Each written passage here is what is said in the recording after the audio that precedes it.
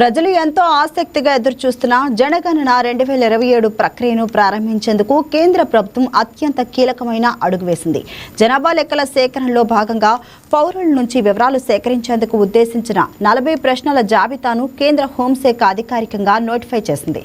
ఈసారి జనాభా లెక్కల తొలి విడత ప్రక్రియను రాబోయే సెప్టెంబర్ 1 నుంచి ప్రారంభిస్తున్నట్లు ప్రభుత్వం స్పష్టం చేసింది.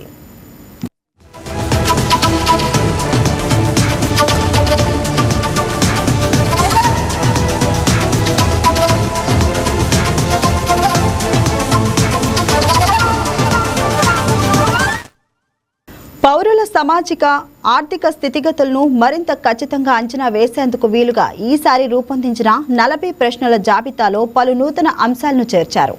కుల వివరాలతో పాటు దేశంలో కోవిడ్ నిరోధక టీకాలు ఎంతమంది తీసుకున్నారనే సమాచారాన్ని ప్రత్యేకంగా సేకరించానన్నారు. ఇంట్లో తాగునీటి సౌకర్యం, విద్యుత్ సరఫరా స్థితిగతులను నమోదు చేస్తారు.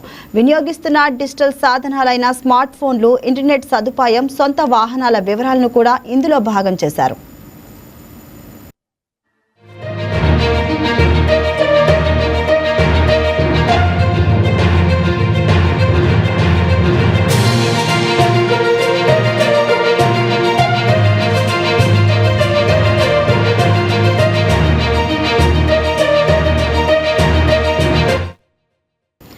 ఈసారి జనగణన ప్రక్రియను సాంకేతిక పరిజ్ఞానాన్ని ఉపయోగించి పూర్తి స్థాయి డిజిటల్ పద్ధతిలో చేపడుతున్నారు.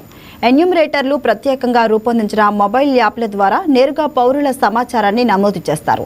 పౌరులు తమ వివరాలను సొంతంగా ఆన్లైన్లో నమోదు చేసుకునే సెల్ఫ్ ఎన్యూమరేషన్ వెసులుబాటును కూడా ప్రభుత్వం కల్పించింది. సెప్టెంబర్ 1న ప్రారంభమయ్యే తొలి విడతలో ప్రధానంగా ఇళ్ల లెక్కింపు, నివాస వసతుల వివరాలను సేకరిస్తారు. ఆ తర్వాత నిర్వహించే రెండో విడతలో పూర్తి స్థాయి జనాభా గణన ప్రక్రియను చేపడతారు.